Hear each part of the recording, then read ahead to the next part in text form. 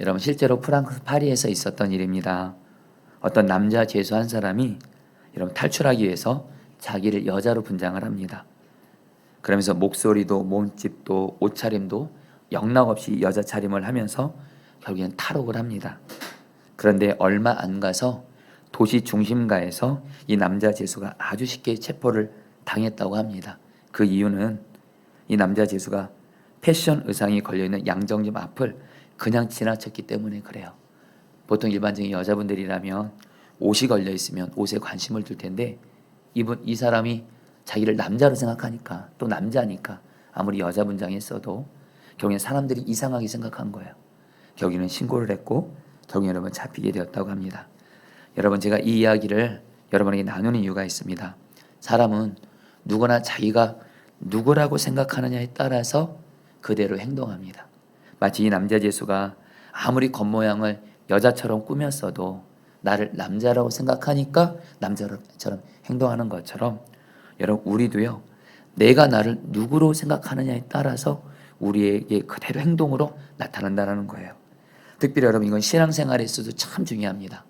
여러분들도 신앙생활하면서 나를 하나님 앞에서 누구라고 생각하느냐에 따라서 그 생각대로 그대로 행동과 삶의 태도에 그대로 나타나 있습니다. 특별히 저는 오늘 여러분들이 오늘 말씀을 통해서 하나님 앞에서 나는 예배자입니다. 바로 나는 누구예요? 하나님을 예배하는 예배자입니다. 이렇게 생각하게 되시길 바라요. 왜냐하면 오늘 말씀에 보면 아브라함이 믿음의 조상으로서 하나님을 믿으면서 아브라함이 가장 중요하게 생각한 것이 있습니다. 그것은 바로 예배입니다. 아브라함은 자기의 발걸음이 닿는 곳마다 제단을 쌓으면서 하나님께 예배를 드려요. 바로 아브라함은 하나님을 믿으면서 예배가 가장 중요하다고 생각했고요.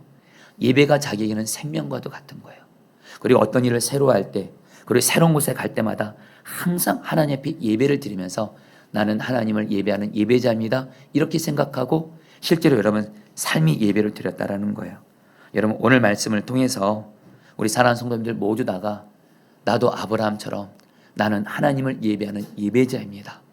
이렇게 생각하면서 여러분의 삶이 정말 예배자로서의 삶을 살게 되시기를 주님의 이름으로 축복합니다. 여러분, 그러면서 오늘 말씀을 통해서 아브라함이 하나님을 어떻게 예배했는지를 보도록 하겠습니다. 여러분, 하나님, 우리가 이제 창세기에서 12장부터 아브라함을 보면서 우리가 느끼는 건 뭐냐면요, 정말 하나님이 아브라함에게 은혜를 부어주세요.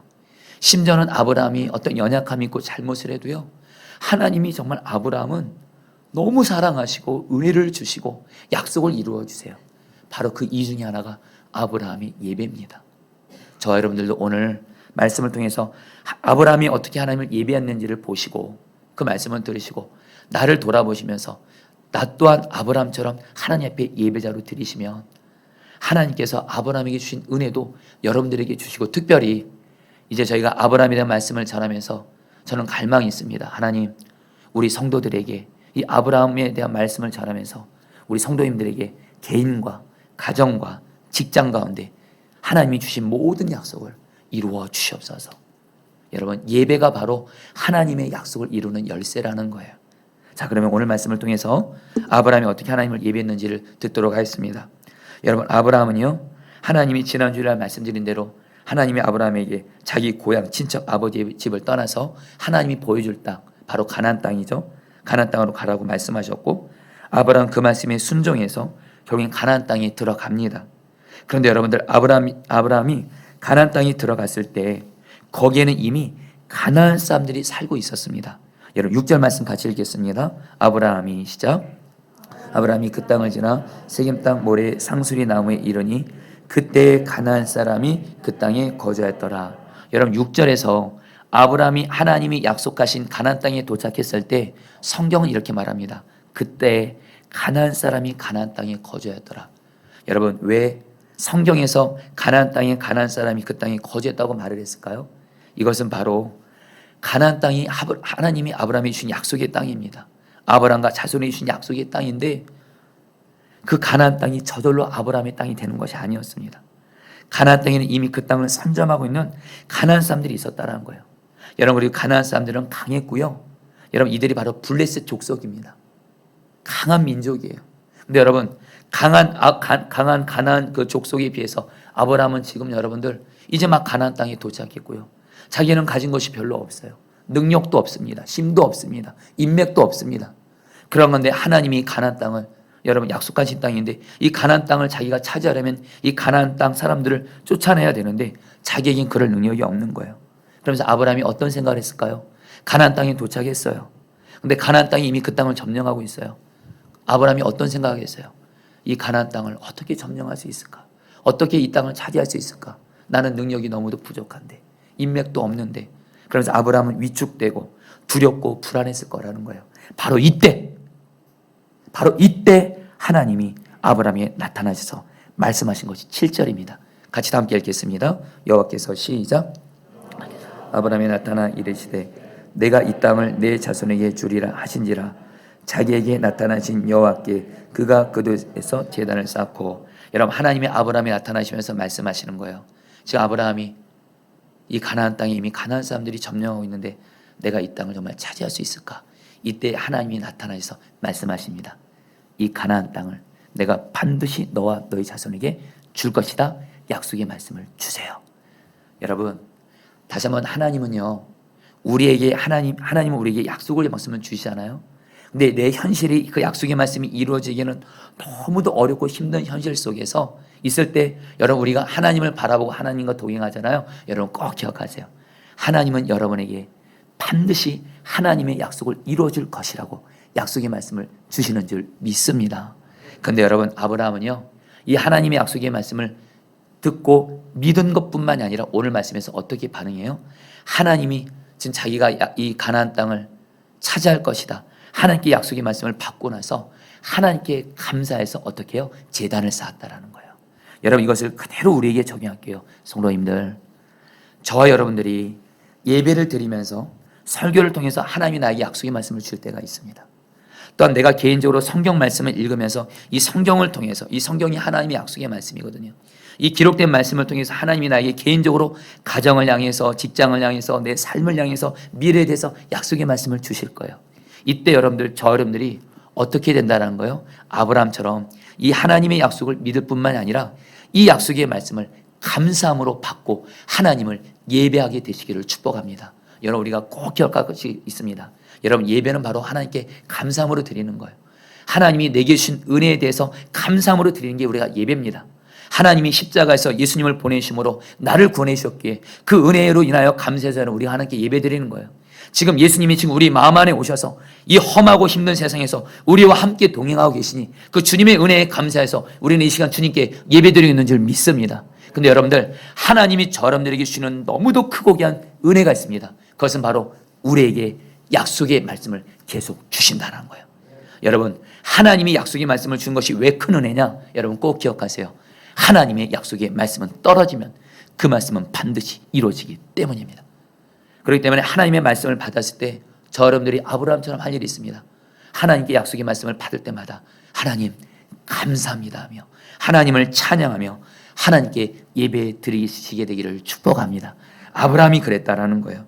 그러나 여러분 안타까운 것은 우리는 하나님 앞에 예배 때 설교를 들으면서 성경 말씀을 읽으면서 하나님께서 나에게 약속의 말씀을 주십니다. 그러나 저 여러분들은 어떻게 반응할 때가 많아요? 약속의 말씀을 받고 여러분 정말 아브라함처럼 감사함으로 여러분들 예배로 반응하고 있냐라는 거예요. 저 여러분들 오늘 분명한 한 가지, 이 시간 이후로 나는 하나님께서 나에게 약속의 말씀을 주실 때마다 하나님 감사합니다 하며 하나님을 찬양함으로 예배함으로 하나님의 약속 앞에서 반응하게 되시기를 축복합니다. 그게 바로 하나님의 약속을 이루는 하나님의 열쇠라는 거예요. 여러분 지난 주간 제가 이렇게 저녁 늦게 저희 어머니랑 친어머니랑 통화를 하고 있었습니다. 그런데 마침 저희 첫째 아들 예본이가 제 앞을 지나가면서 저에게 묻는 거예요. 아빠 누구랑 통화하고 있는 거냐고. 그래서 제가 잠깐 저희 어머니와 통화를 잠깐 멈추고 이렇게 친할머니랑 통화하고 있다 그러니까 예본이가 저에게 아빠 할머니랑 나 통화하기 전화 좀 바꿔달라는 거예요. 순간 여러분 제가 깜짝 놀랐어요. 왜냐하면 저희 예본이가 고등학생들 하면서 사춘기가 되면서 애가 말이 없어지게 됩니다. 여러분 아시죠? 자녀들이 사춘기가 들어가면 애들이 말이 없어지잖아요. 그렇잖아요. 근데 여러분 얘가 말이 없어지면서 특별히 친할머니가 예본이가 장손이고 그래서 예본이를 참 많이 사랑해주고 참 많이 우리 예본이에게 많은 은혜를 줬어요. 근데 예본이가 어느덧 사춘기가 되면서 할머니에게 감사한 표현을 안 하다 보니까 그냥 저희 어머니가 그것 때문에 마음이 사실은 많이 안타까우셨습니다. 그런데 그날따라 여러분 예본이가 할머니한테 전화통화를 하겠다는 거예요. 그래서 전화를 바꿔줬더니 예본이가 할머니한테 다정하게 전화를 하면서 할머니 감사해요, 고마워요. 그러면서 다음에 제가 빨리 찾아뵐게요. 이렇게 말을 하는 거예요.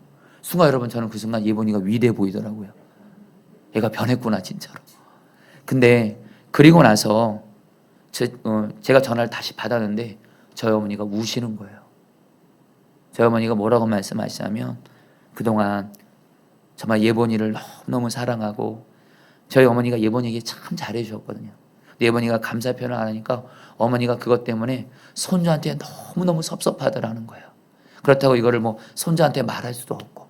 그러는데 예본이가 그냥 알아서 할머니 고맙고 감사하면서 전화상으로 그냥 몇 마디 한 건데 어머니가 그걸 듣고 너무 감동해서 우시면서 저한테 이렇게 말씀하시는 거예요. 정원아, 엄마는 죽어도 여한이 없다.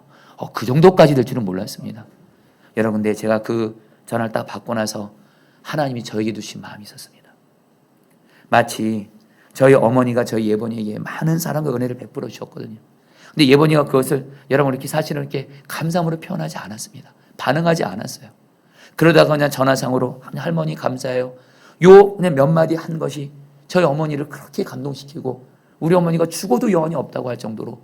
근데 바로 하나님이 저에게도 동일한 마음 주시더라고요. 하나님이 저에게도 그러시더라고요. 내가 너에게 얼마나 많은 은혜를 줬는데 너 왜 이렇게 나를 향해서 섭섭해하고 이러냐, 이런 마음 주시더라고요. 사실 여러분 제가 그때 좀 하나님께 어떤 일에 대해서 마음이 좀 섭섭함이 좀 있었습니다. 근데 하나님이 내게 주신 은혜가 별로 없는 것 같아서. 근데 하나님이 저에게 너무도 분명한 은혜, 정말 지난 월요일부터 금요일까지 하나님께서 저에게 너무도 엄청난 은혜를 주셨는데 가장 큰 은혜가 뭐냐? 매일 말씀 기도를 통해서 특별히 지난 주간 창세기 36장부터 창세기 40장까지 매일매일 말씀을 통해서 저에게 말씀으로 은혜를 주신 거예요. 하나님은 저에게 성경 말씀을 통해서 매일매일 저에게 은혜를 주시는데 저는 여러분 말씀을 통해서 은혜를 받으면서 하나님께 감사합니다 이런 표현 안 하면서 하나님 나에게 더 은혜 주세요. 왜 은혜 안 주세요? 여러분 이렇게 고백하고 있는 거예요. 실제로 돌아보니까 6월 8일 월요일 날 창세기 36장 말씀을 통해서 하나님께서는 여러분 에서의 족보가 나오거든요. 하나님이 에서의 그 자손을 번성케 하겠다는 약속의 말씀을 그대로 이루어지면서 하나님이 저에게도 말씀하시는 거예요. 하나님이 저에게 준 약속, 비록 하나님의 약속이 눈에 보일 정도로 이루어지지 않고 제 귀에는 하나님의 약속이 들려지는 소리가 들려지지 않는다 할지라도 그날 창세기 36장 말씀을 통해서 하나님은 저에게 너무도 분명히 말씀하시는 거예요. 내가 너와 너의 가정과 교회를 향한 하나님의 약속 내가 반드시 이루어줄 거야. 이렇게 말씀을 주신 거예요. 환란은 창세기 37장 말씀을 통해서 여러분 요셉이 하나님께 꿈을 받고 약속을 받고 나서 요셉에게 온 것은 고난이었습니다.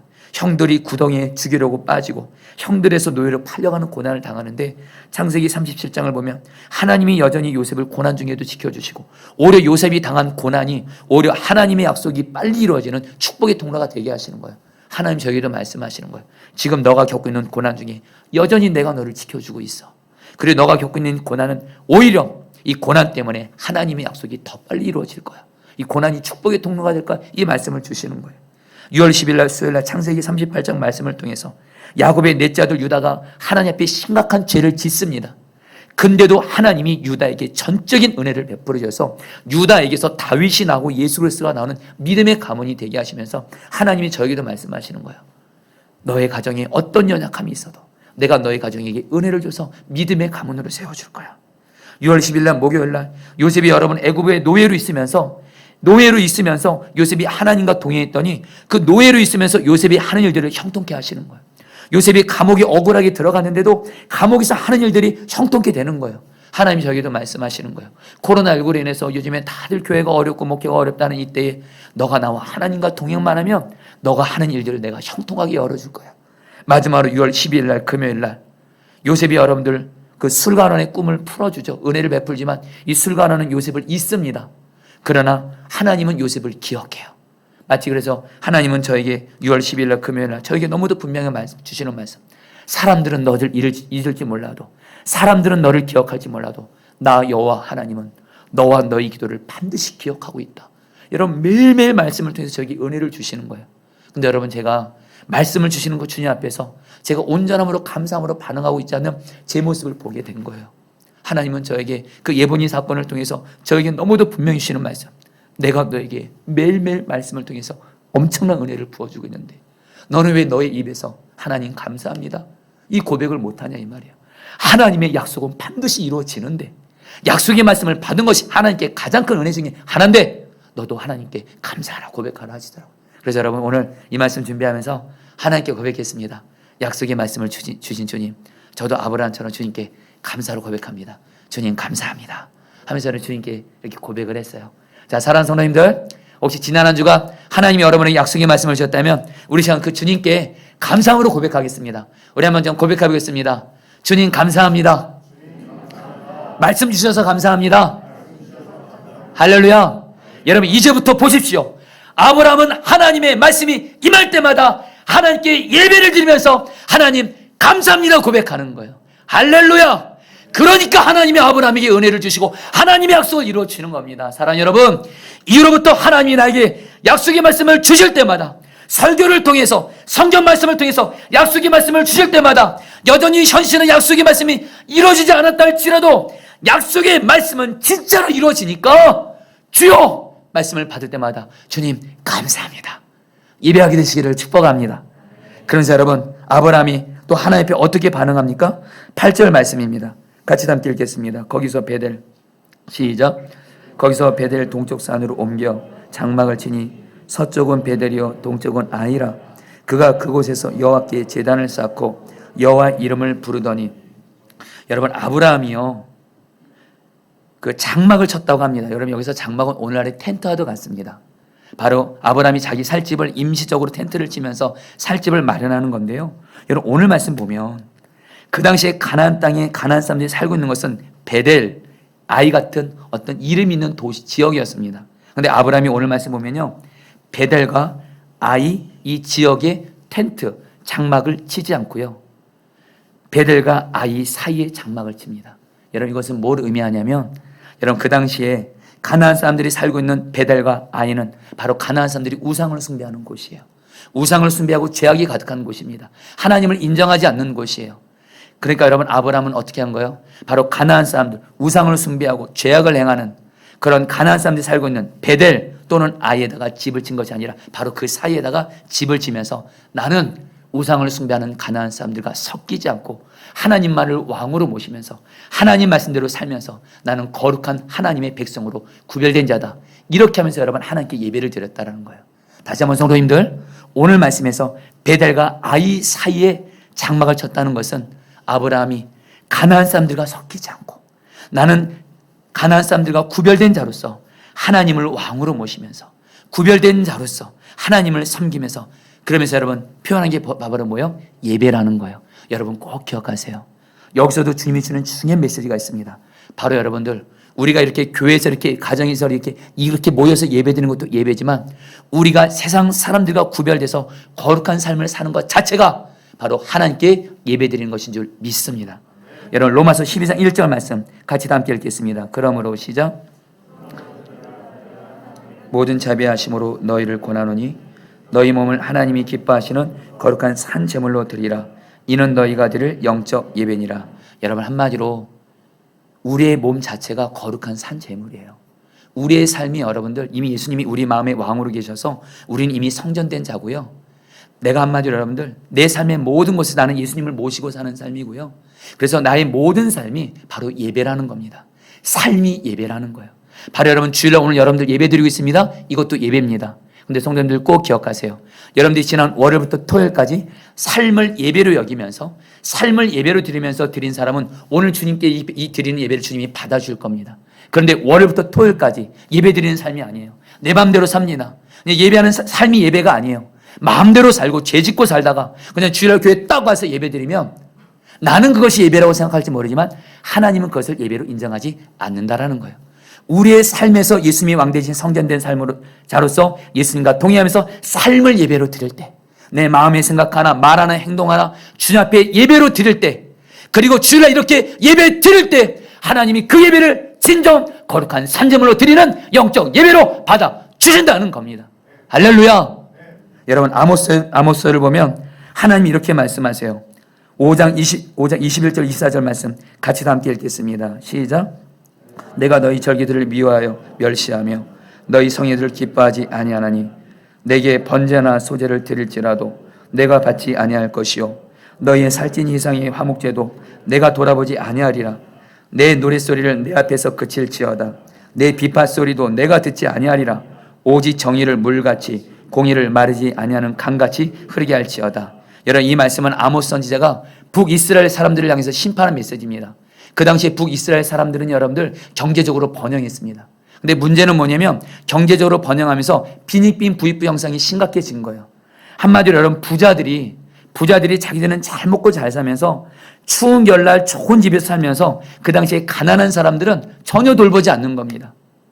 그러니까 여러분, 그래서 한 예로 아모스에 보면 그런 말씀이 나와요. 그 당시에 가난한 사람들은 반드시 있어야 되는 게 겉옷이 있어야 돼요. 이 겉옷이 바로 이스라엘은 겨울, 여러분 그 밤에 춥기 때문에 가난한 사람들이 이 겉옷을 덮고 자야지만이 여러분 추위 속에서 보호함을 받으면서 하룻밤을 지낼 수 있는데, 그 당시에 그래서 하나님이 율법으로 말씀을 하셨어요.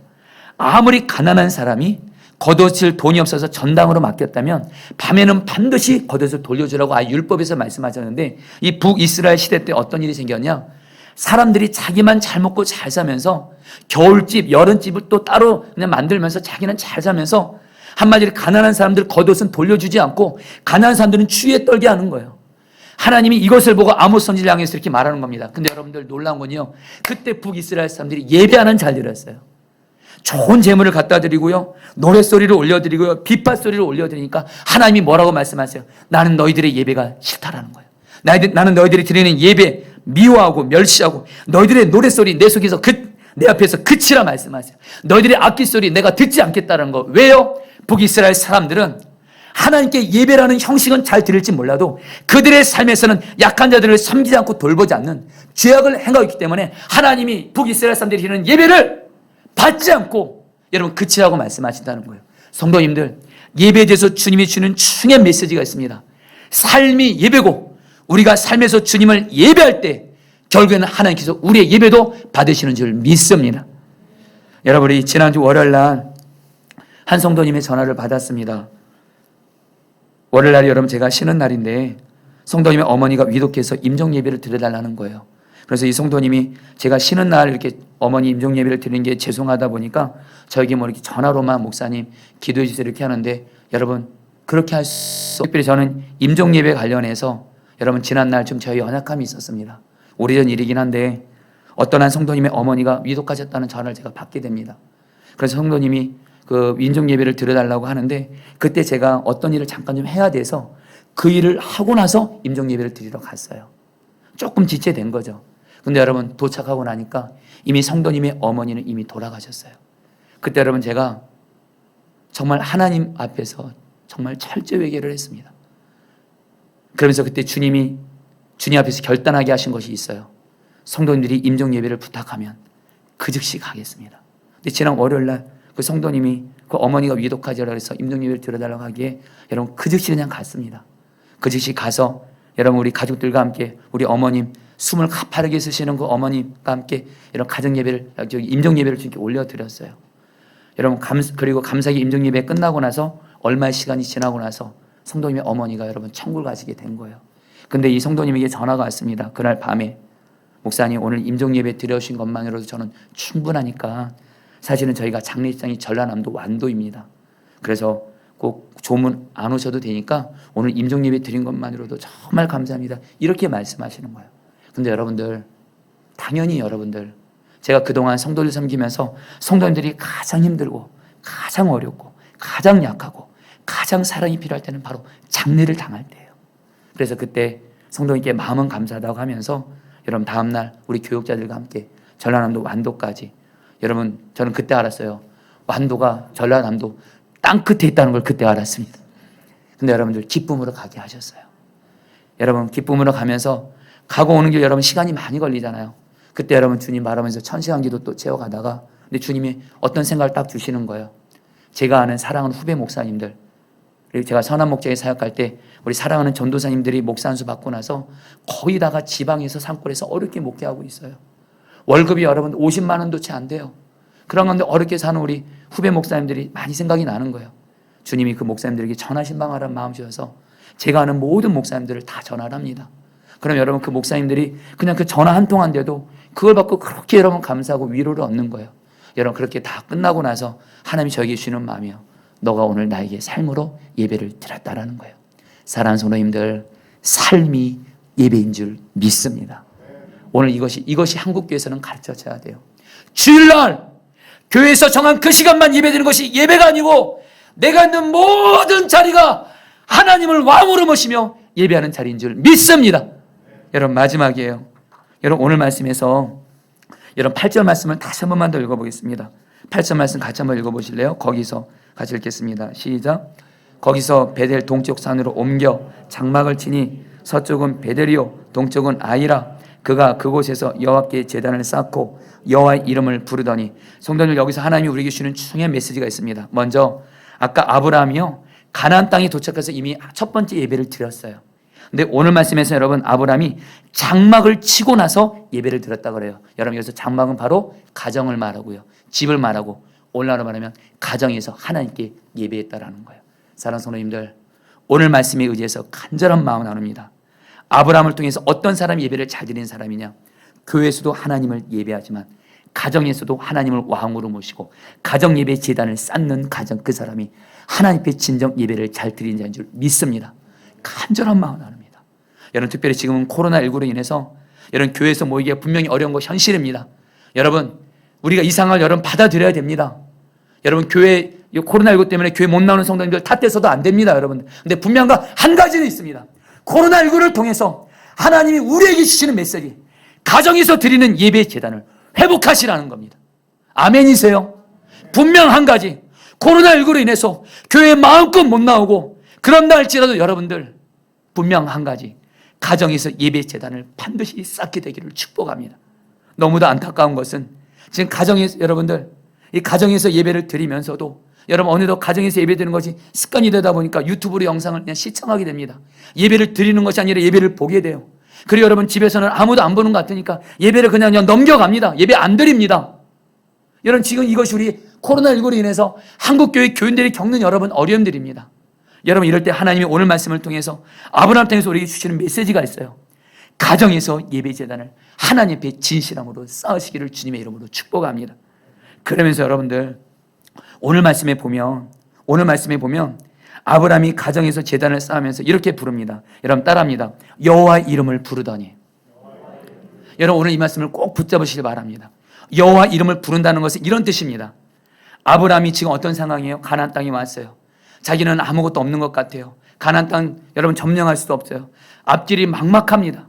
한마디로 자기의 약함과 부족함을 철저히 인정하면서 가정에서 예배를 드리면서 하나님만이 나의 왕이시고 하나님만을 믿고 의지하고 바라보면서 하나님의 이름을 부르면서 기도했다라는 거예요.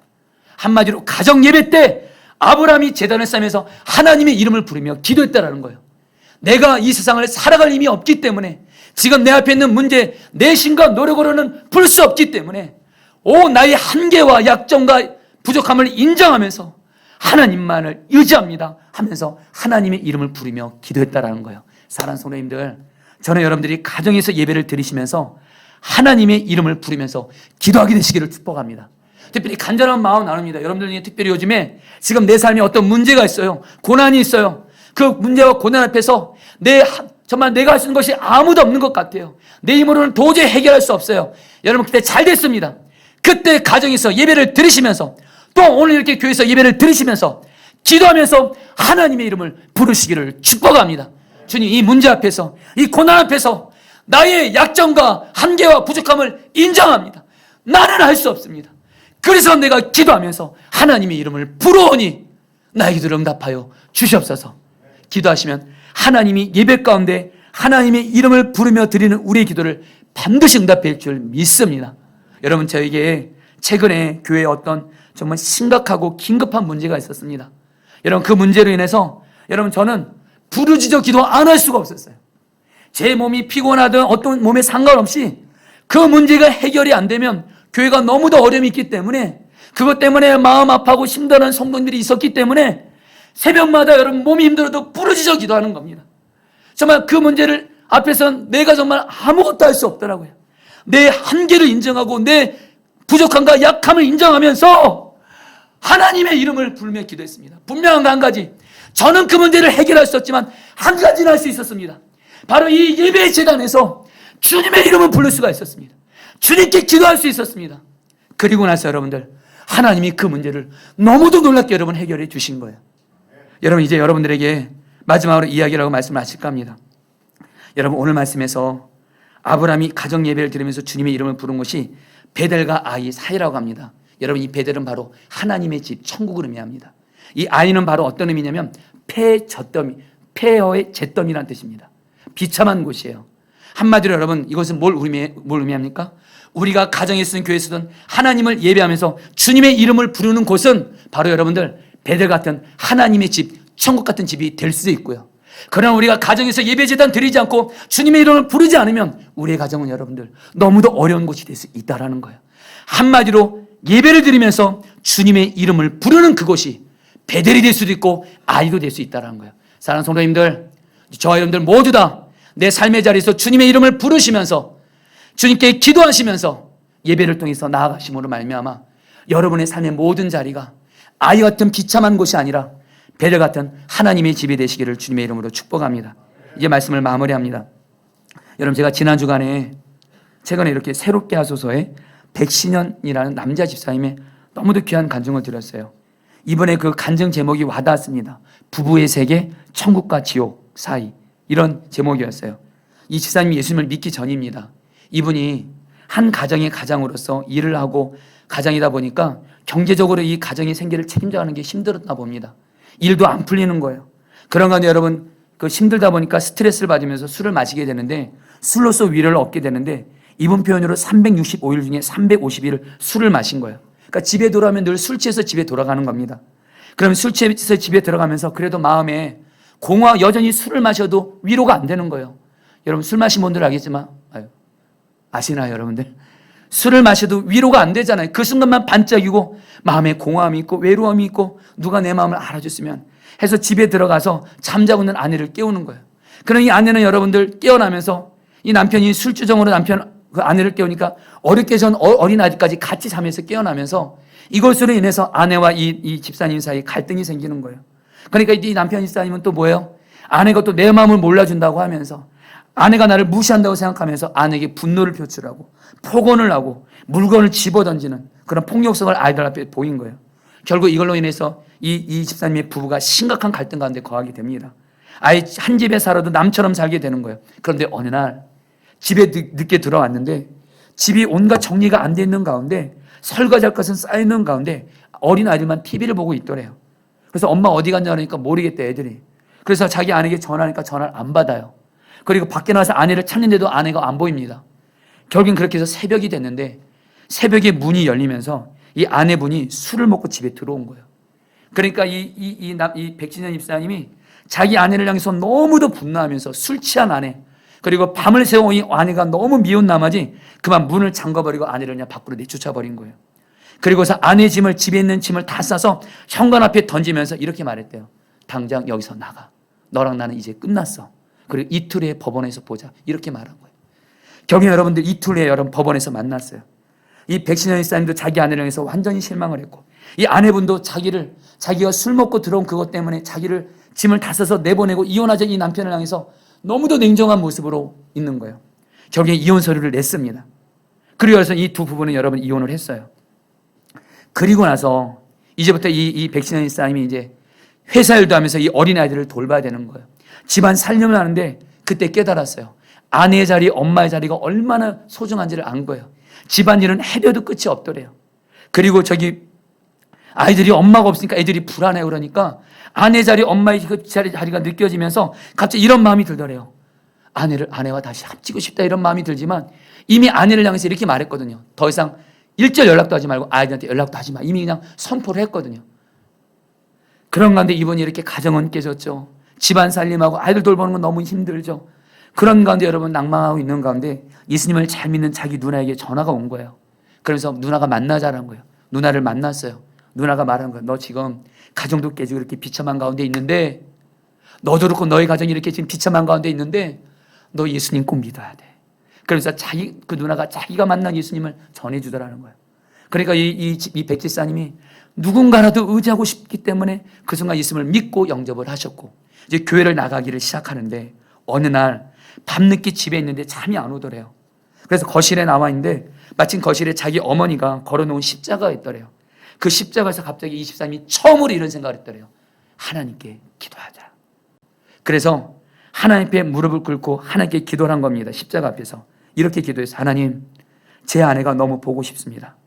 제 아내가 다시 돌아올 수 있도록 하나님이 제 아내의 마음만 바꿔주시면 제가 믿음의 가정을 세우겠습니다 하면서 하나님께 처음으로 기도를 했대요. 내 힘과 노력은 안 되기 때문에 하나님을 정말 인정하고 바로 그 가정에서, 거실에서 십자가 앞에서 기도를 한 거예요. 그러니까 하나님이 이분에게 어떤 은혜를 하셨냐면, 지난날 이분이 아내에게 했던 잘못한 것들을 피눈처럼 다 지나가게 하시면서 회개를 하게 하시더라고요. 그래서 이분이 밤새 회개하면서 기도를 했다는 거예요. 그리고 나서 여러분 다음날이 됐어요. 다음날 일을 마치고 퇴근 후에 설거지를 하고 있는데 9살인 큰딸이 누구랑 통화를 하면서 이렇게 말하는 거예요. 엄마, 이렇게 말하더래요. 엄마 어디야? 엄마 너무 보고 싶어. 이렇게 말하는 거예요.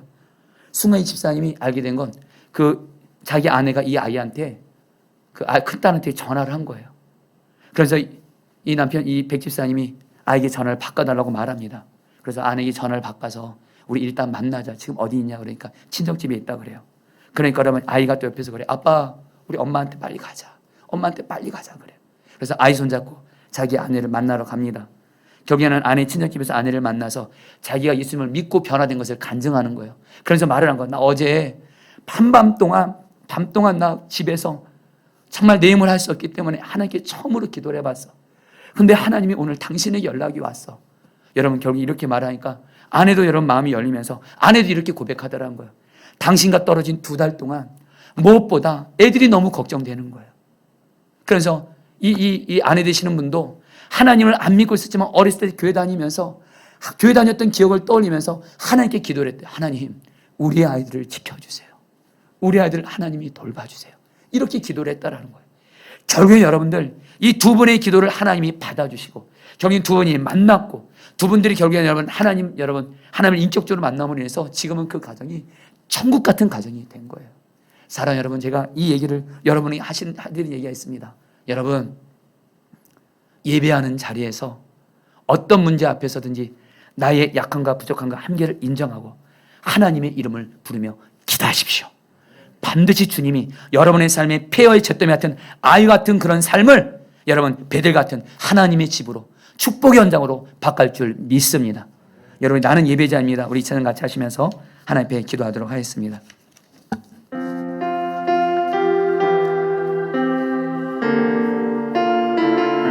우리 이 시간 하나님 앞에서 예배자로 서겠습니다. 나는 하나님을 예배하는 예배자입니다. 나는 하나님을 예배하는 예배자입니다. 예배자, 조금 빠르게 해주세요. 내가 서 있는 곳, 내가 서 있는 곳 어디서나 하나님을 예배합니다. 하나님을 예배합니다.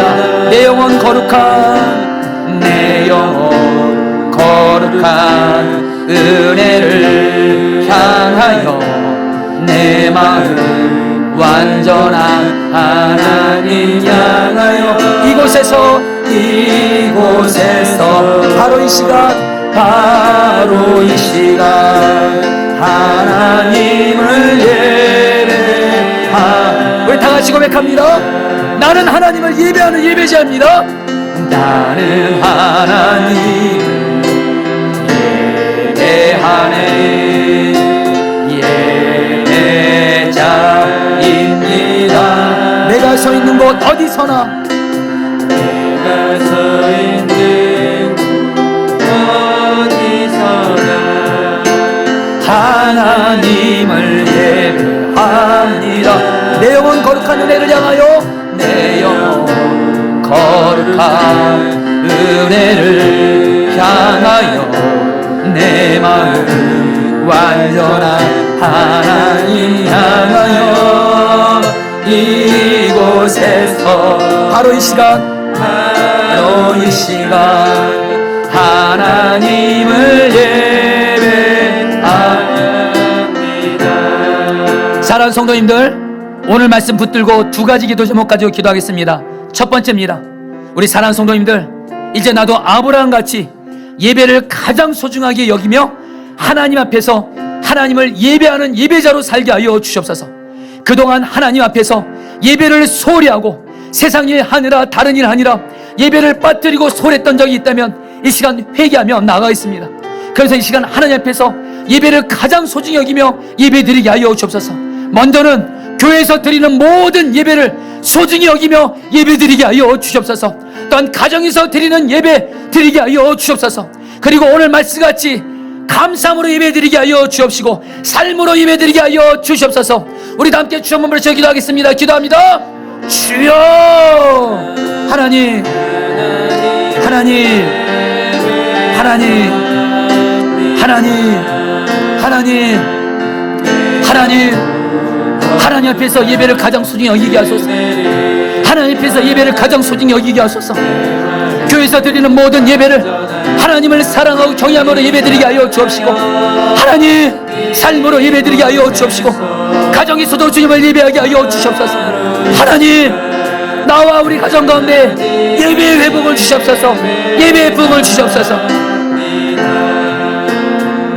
사랑하는 성도, 이 시간에 한 번 더 기도할 때에 아브라함이 지금 가나안 땅에 도착해서 살 길이 막막한 가운데 있을 때 예배를 드리면서 하나님 앞에서 나의 약함과 부족함과 한계를 인정하면서 하나님의 이름을 부르면서 기도한 것처럼 우리 오늘 가정과 교회에서 예배드린 성도님들, 지금 내 앞에 있는 문제 앞에서 두 가지로 나아갑니다. 주님, 이 문제 앞에서 나는 아무것도 할 수 없습니다. 나는 약합니다. 나는 부족합니다. 나는 한계가 있습니다.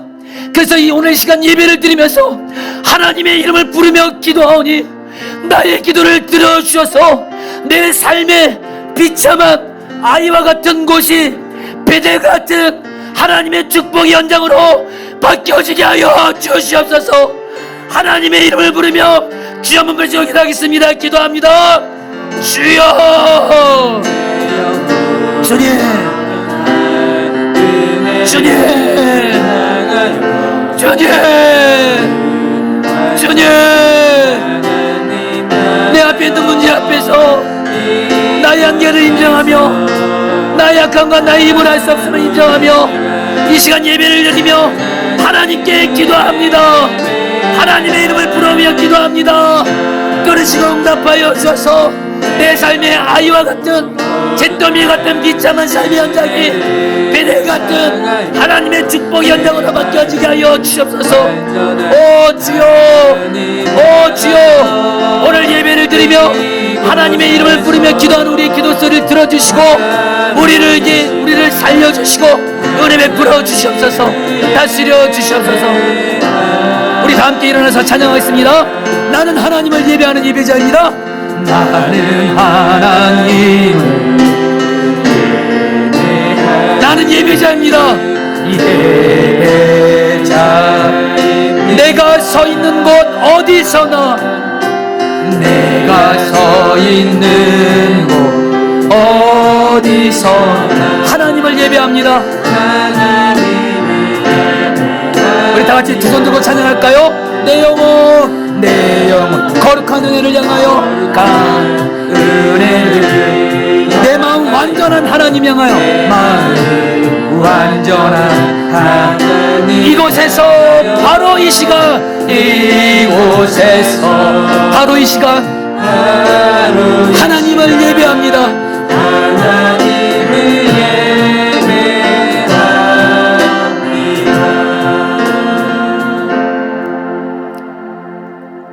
하나님은 우리의 예배를 받으시 합당하신 우리의 구원자이시고 우리의 왕이십니다.